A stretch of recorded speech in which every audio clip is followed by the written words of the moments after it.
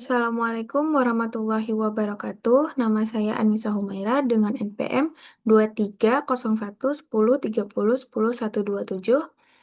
Di sini saya akan menjelaskan tentang siklus audit penggajian dan personel. Yang pertama ada pendahuluan. Sumber daya manusia merupakan aset yang paling penting bagi organisasi. Kemampuan perusahaan dalam mengelola tenaga kerja secara efektif, efisien, dan berintegritas sangat berpengaruh terhadap keberhasilan bisnis. Sistem penggajian dan personel berperan penting dalam menjaga kesejahteraan karyawan serta memastikan kegiatan operasional berjalan lancar. Siklus penggajian mencakup proses perekrutan, penentuan upah, pencatatan kehadiran, pembayaran gaji, pemberian tunjangan, serta pelaporan pajak penghasilan. Karena proses ini melibatkan banyak tahapan dan pihak, maka risiko kesalahan pencatatan dan kecurangan menjadi tinggi. Misalnya, pembayaran kepada pegawai fiktif, kesalahan perhitungan gaji, lembur, atau potongan pajak. Oleh karena itu, perusahaan perlu melaksanakan audit atas siklus penggajian dan personel untuk memastikan keakuratan dan keandalan data. Selanjutnya ada pengertian audit siklus penggajian dan personel.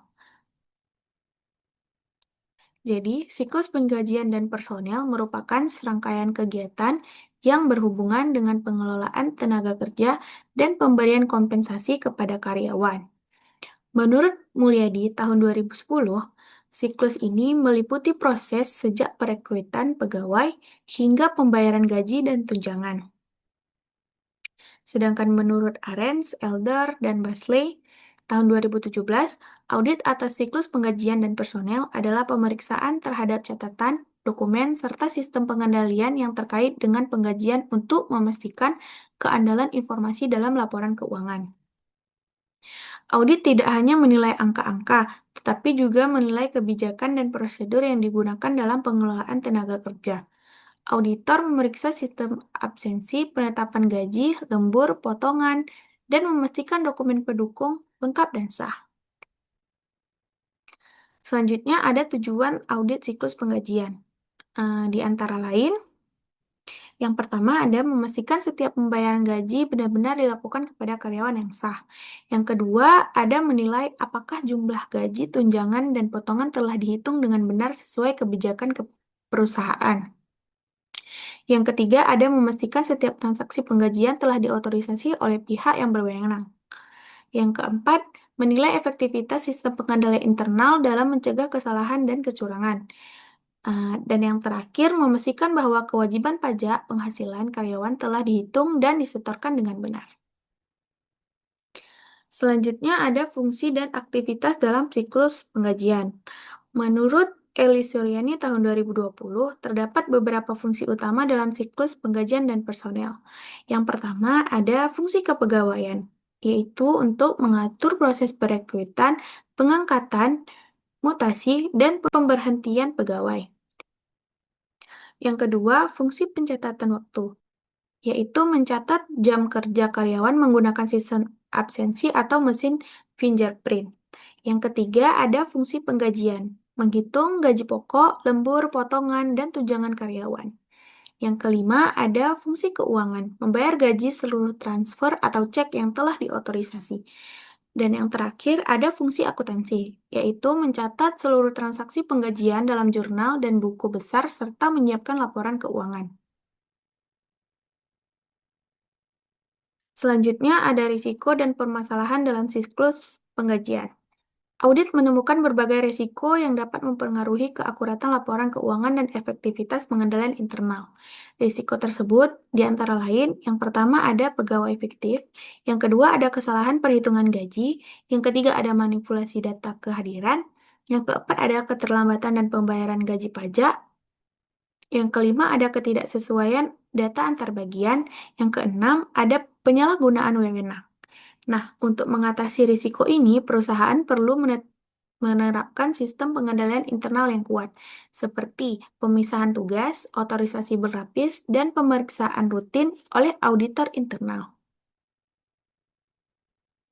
Selanjutnya ada peran audit dalam siklus penggajian dan personel. Audit berfungsi untuk memastikan bahwa penggajian berjalan sesuai prosedur, transparan, dan mematuhi peraturan.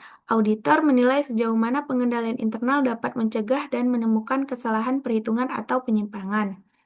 Selain itu, audit juga memberikan keyakinan kepada manajemen bahwa beban gaji dan kewajiban pajak itu telah disajikan secara wajar. Audit juga menjadi sarana pengawasan dan evaluasi agar perusahaan dapat meningkatkan efisiensi dan akuntabilitas pengelolaan sumber daya manusia. Dengan hasil audit yang baik, manajemen dapat memperkuat tata kelola perusahaan, meningkatkan kepercayaan karyawan, dan meminimalkan risiko keuangan maupun hukum. Selanjutnya ada contoh kasus audit penggajian. Nah, pada PT Sumber Energi Nusantara, hasil audit menunjukkan bahwa adanya kelemahan dalam koordinasi antar bagian HRD dan keuangan. Data karyawan tidak diperbaharui dengan baik, dan tidak ada sistem otorisasi lembur yang jelas. Akibatnya, muncul risiko pembayaran gaji tidak sah dan pemborosan biaya operasional. Rekomendasi dari auditor itu yang pertama adalah melakukan sinkronisasi data antar bagian. Yang kedua, menerapkan sistem payroll berbasis teknologi yang aman dan terintegritas. Yang ketiga, ada memperkuat pengendalian internal melalui verifikasi dan otorisasi berlapis. Dengan menerapkan rekomendasi tersebut, perusahaan dapat mempercepat proses administrasi, meningkatkan akurasi data, dan menekan potensi kecurangan. Nah, jadi kesimpulannya adalah audit atas siklus penggajian dan personel memiliki peranan penting dalam memastikan keandalan laporan keuangan, efektivitas sistem pengendalian internal, serta kepatuhan terhadap peraturan perpajakan dan ketenagakerjaan. Melalui audit, perusahaan dapat menilai efektivitas kebijakan, mendeteksi adanya kesalahan atau kecurangan seperti pegawai fiktif dan manipulasi data, serta memperkuat sistem manajemen kepegawaian. Audit juga menjadi sarana pembinaan bagi manajemen untuk memperbaiki kelemahan, meningkatkan efisiensi, dan mendorong penggunaan sistem berbasis teknologi yang lebih transparan. Dengan demikian, audit berperan penting tidak hanya sebagai alat pemeriksaan, tetapi juga sebagai dasar untuk menciptakan sistem penggajian yang adil, akurat, dan sesuai prinsip tata kelola perusahaan yang baik. Cukup sekian presentasi dari saya. Apabila ada salah kata, saya mohon maaf.